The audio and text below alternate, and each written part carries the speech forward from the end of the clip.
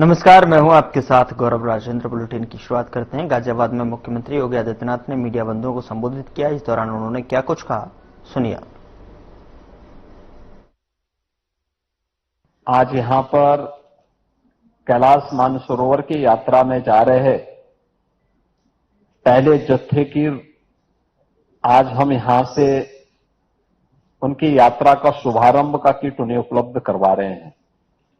मैं इस अवसर पर इन सभी यात्रियों का हृदय से अभिनंदन करते हुए उनमें सुखद और मंगलमय यात्रा की कामना करते हुए भगवान देवादिदेव महादेव से प्रार्थना करता हूं कि उनकी कृपा इन सब पर बनी रहे, ये सकुशल वापस आए और वापस आएंगे तो उत्तर प्रदेश के यात्री फिर 1-1 लाख रुपए की सहायता उत्तर प्रदेश सरकार से जरूर पाएंगे। मैं इन सब के प्रति अपनी मंगल में शुभकामनाएं देता हूं और ये कैलाश मानसरोवर भवन हमने उन्हीं की सुविधा के लिए यहां पे स्थापित भी किया था और मुझे अच्छा लगा कि आज 200 से अधिक श्रद्धालुजन इस भवन में आकर के इस यात्रा का हिस्सा बनने जा रहे हैं। मित्रों, मैं आज प्रातःकालीन सत्र में गाजियाबाद आया, सेंट्रल इलेक्ट्रॉनिक्स लिमिटेड के स्वर्ण जयंती कार्यक्रम का हिस्सा बना। केंद्रीय मंत्री डॉक्टर जितेंद्र सिंह जी के साथ हम लोगों ने एक डाटा सेंटर का भी, ग्रीनफील्ड डाटा सेंटर का भी यहां पे शिलान्यास किया है और ये सुखद अनुभूति का विषय है कि सीईएल जो पहले घाटे का एक पब्लिक सेक्टर का प्रतिष्ठान बन चुका था, जिसका डिसइन्वेस्टमेंट होने जा रहा था,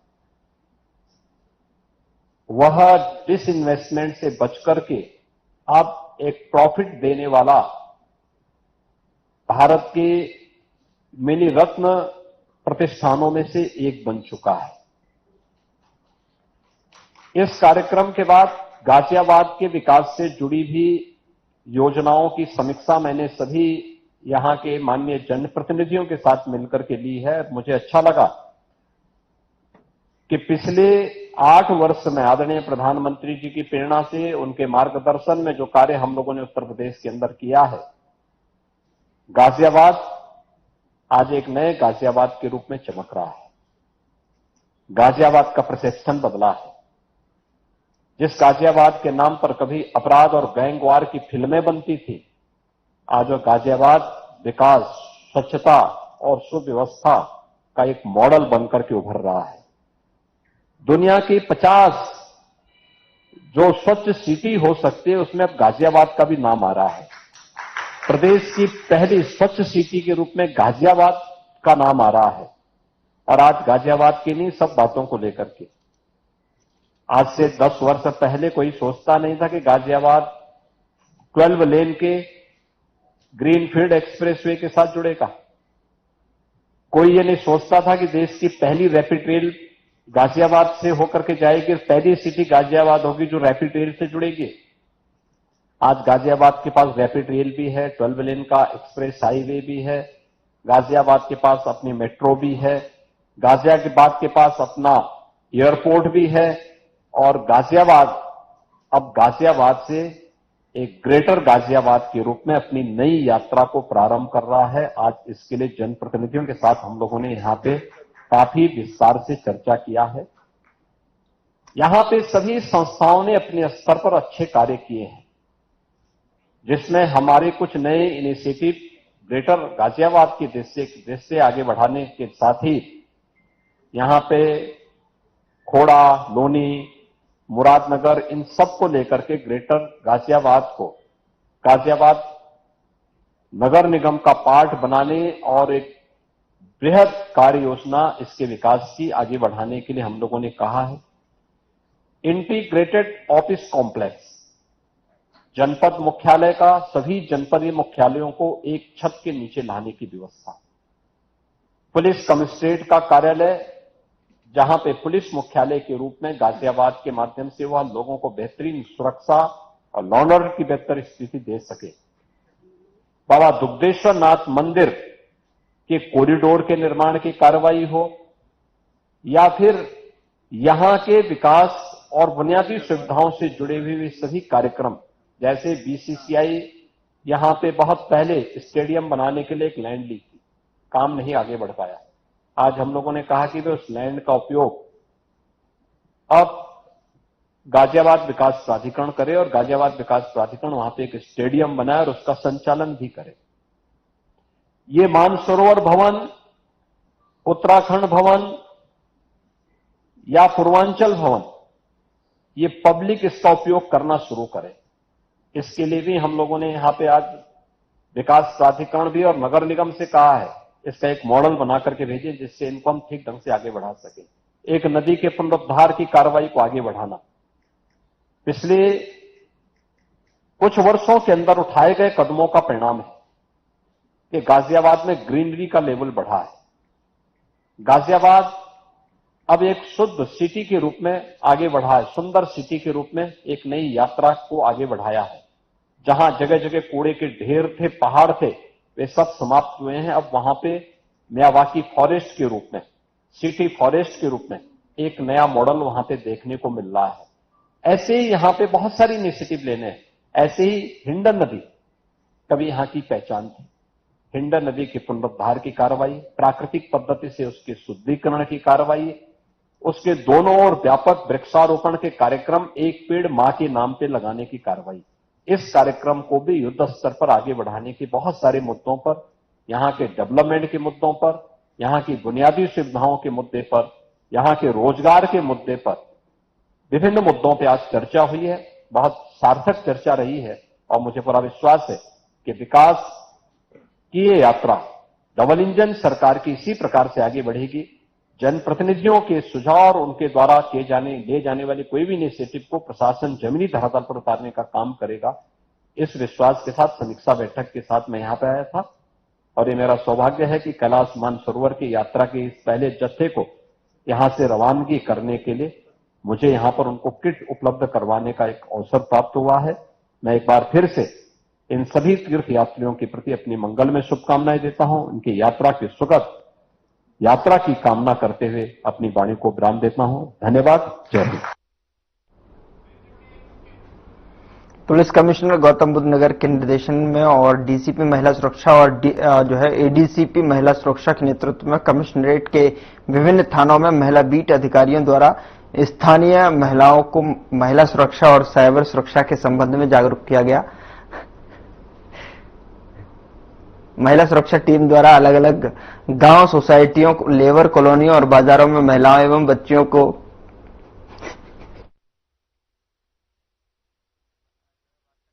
सभी को महिला सशक्तिकरण अभियान, उनके प्रति होने वाले अपराधों के संबंध में जानकारी देते हुए शासन द्वारा चलाए जा रहे विभिन्न प्रकार के कार्यक्रम जैसे मिशन शक्ति, शुभ मंगलम योजना और साइबर क्राइम और साइबर सुरक्षा के बारे में जागरूक किया गया। बता दें कि उपस्थित सभी महिलाओं, बच्चियों को महिला सुरक्षा टीम द्वारा मिशन शक्ति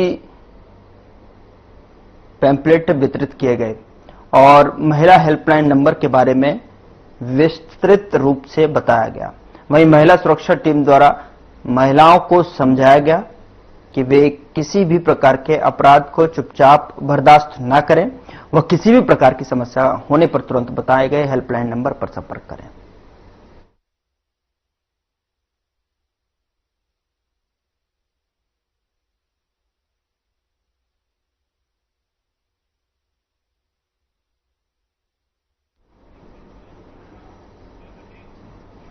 थाना फेज 2 पुलिस ने मैनुअल इंटेलिजेंस और गोपनीय सूचना के आधार पर 25,000 रुपए के इनामिया वांछित अभियुक्त गौरव को गिरफ्तार किया। अभियुक्त के कब्जे से घटना में प्रयुक्त एक अवैध पिस्टल और 32 बोर बरामद की गई है। अभियुक्त गौरव ने अपने सह अभियुक्तों के साथ मिलकर वादी के घर में घुसकर मारपीट की और जान से मारने की नीयत से फायर किया। पुलिस ने अभियोग पंजीकृत कर अभियुक्त को गिरफ्तार कर लिया है और सह अभियुक्तों की गिरफ्तारी का प्रयास जारी है।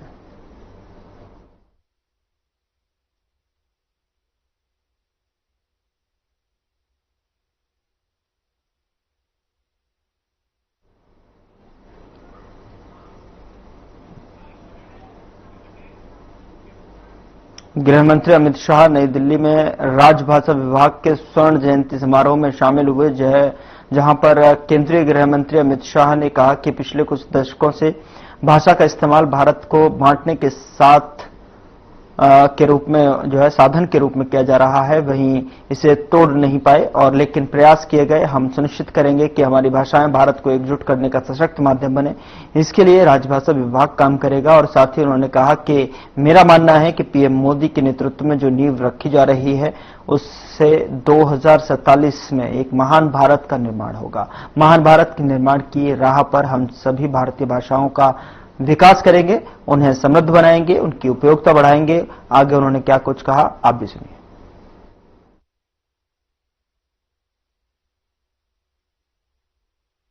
राजभाषा विभाग की स्वर्ण जयंती समारोह 50 साल पहले 1975 से लेकर 2025 तक की ये यात्रा, जब भारत की आजादी की शताब्दी होगी, तब मुझे विश्वास है कि भारत के स्वाभिमान के पुनः जागरण के जितने भी प्रयास हुए हैं, वो सभी प्रयासों के इतिहास में राजभाषा का नाम स्वर्णिम अक्षरों से अंकित कर दिया जाए। एक समय था जब राजभाषा विभाग की स्थापना हुई। उद्देश्य यह था कि हमारा प्रशासन हमारे देश के नागरिकों की भाषा में चले।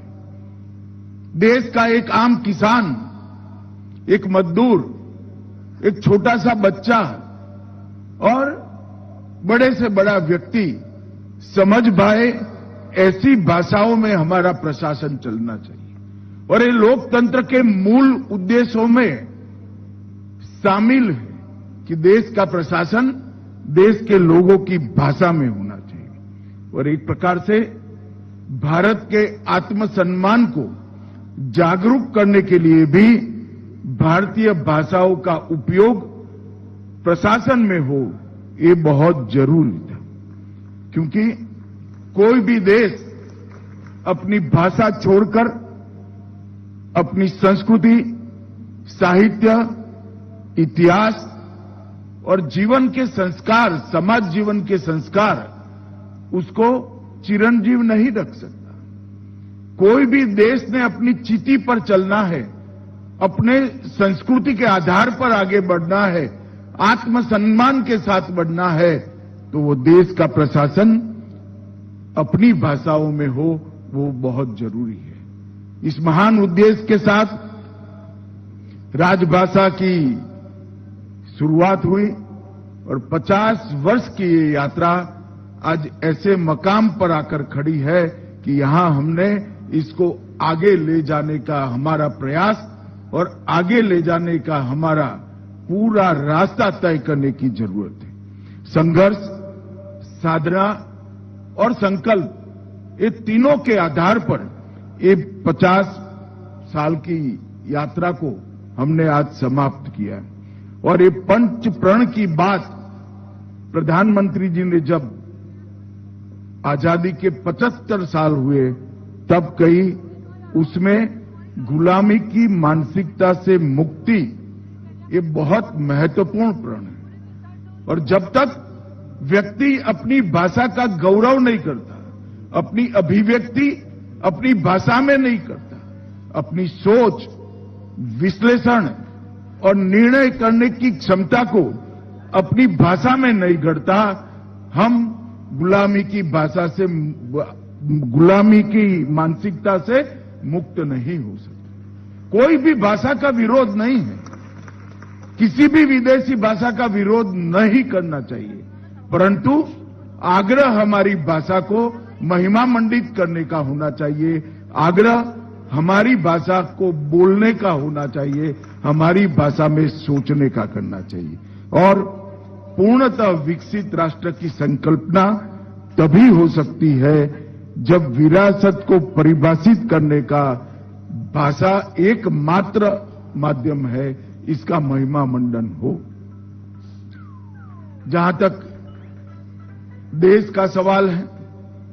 भाषा सिर्फ संवाद का माध्यम नहीं होती, एक राष्ट्र की आत्मा होती है। हमारी जड़ें, हमारी परंपराएं, हमारा इतिहास, हमारी पहचान और हमारी जीवन संस्कृति, ये सभी भाषा से कटकर आगे नहीं बढ़ा सकते।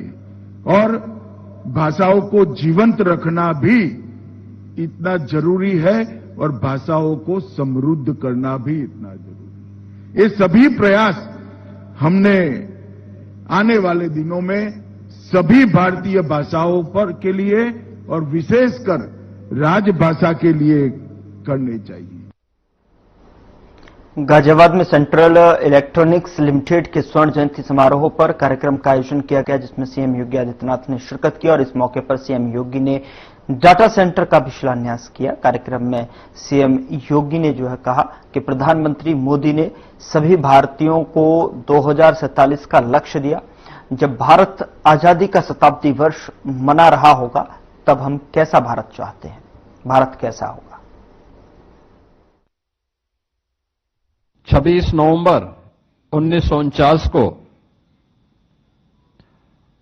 बाबा साहब डॉक्टर भीमराव अंबेडकर जी के द्वारा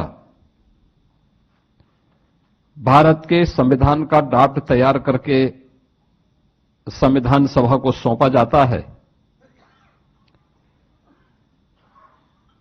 26 जनवरी 1950 को भारत ने अपना संविधान अंगीकार किया और उसे लागू किया। भारत ने बहुदलीय लोकतांत्रिक एक संसदीय पद्धति को अपने यहां लागू की और भारत के लोकतंत्र की यह खूबी रही है कि उसने भारत के हर वयस्क मतदाता को समान रूप से और किसी भी जाति, किसी भी मत, किसी भी मजहब, किसी भी क्षेत्र, किसी भी भाषा का हो, वयस्क मतदाता है तो समान रूप से सबको अपना एक मताधिकार की पूरी स्वतंत्रता दी। भारत के संविधान ने प्रत्येक नागरिक के लिए उसके मौलिक अधिकार दिए। भारत का संविधान दुनिया का सबसे बड़ा संविधान माना जाता है। दुनिया का भारत गौरव के साथ कहता है कि हम दुनिया के सबसे बड़े लोकतंत्र हैं और भारत को ही यह गौरव भी हासिल है कि दुनिया का सबसे प्राचीन लोकतंत्र के रूप में, लोकतंत्र की जननी के रूप में भी भारत दुनिया के अंदर अपनी बात को प्रभावी ढंग से रखने का अधिकार रखता है। सैकड़ों वर्षों की गुलामी के बाद 15 अगस्त 1947 को जिस देश को आजादी मिली, देश के महान स्वतंत्रता संग्राम सेनानियों ने, हुतात्माओं ने, क्रांतिकारियों ने अपना बलिदान देकर के जिस देश को आजाद किया, उसकी स्वाधीनता के लिए अपना सर्व कुछ न्यौछावर कर दिया। स्वतंत्र भारत की व्यवस्था कैसे होनी चाहिए, 1946 के देश के अंदर संविधान सभा के लिए हुए चुनाव के बाद भारत के अंदर एक संविधान सभा का गठन डॉक्टर राजेंद्र प्रसाद जी की अध्यक्षता में बनती है और जिसे 26 जनवरी 1950 को भारत ने लागू किया। लेकिन देश के महान स्वतंत्रता संग्राम सेनानियों का जो संकल्प था, भारत के बारे में उनका जो सपना था, उस सपने को अपने राजनीतिक स्वार्थ का, अपनी संकीर्ण राजनीतिक स्वार्थों की प्रतिपूर्ति का एक माध्यम बनाया था आजादी के बाद एक परिवार ने। गाए बगाए आज भी उस परिवार के माया मोह से व्यवस्था कभी कभी ऐसी जकड़ी भी दिखाई देती है। अभी भी उन सच्चाइयों को, उन पर्दों से अभी तस्वीर को साफ किए जाने की आवश्यकता है।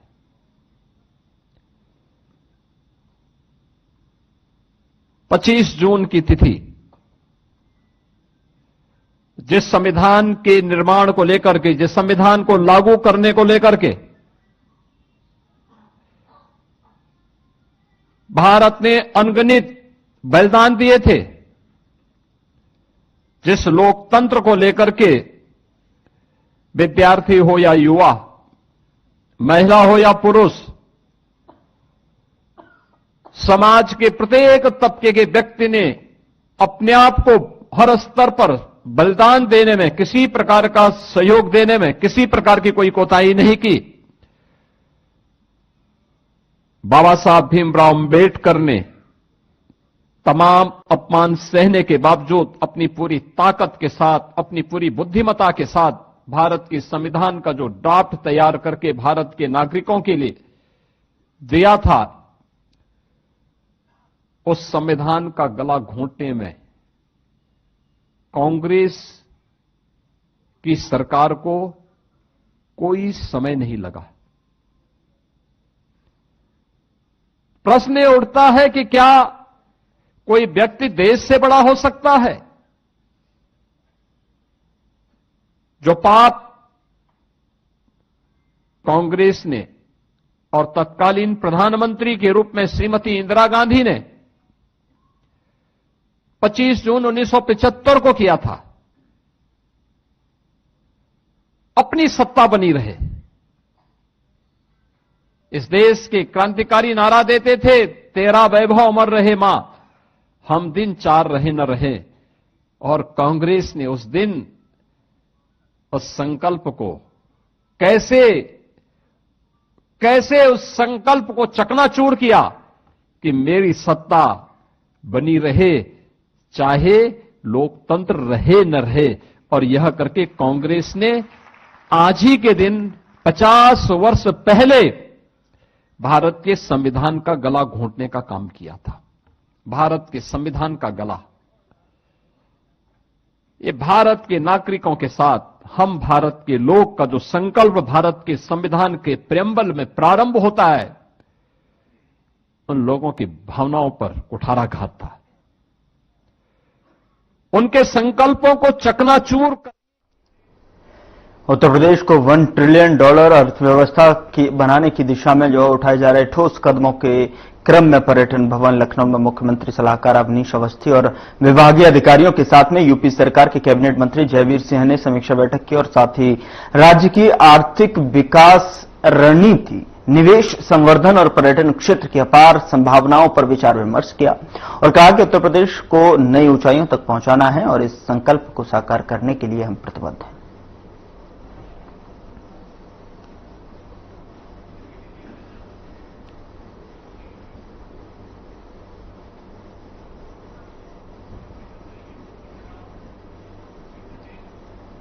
बुलेटिन में मेरे साथ इतना ही, लेकिन अब वक्त हो चला है डॉक्टर राकेश गुप्ता के साथ हमारे खास कार्यक्रम प्लस माइनस का। नमस्कार दोस्तों, आपने सुना होगा कि नारी पुरुष की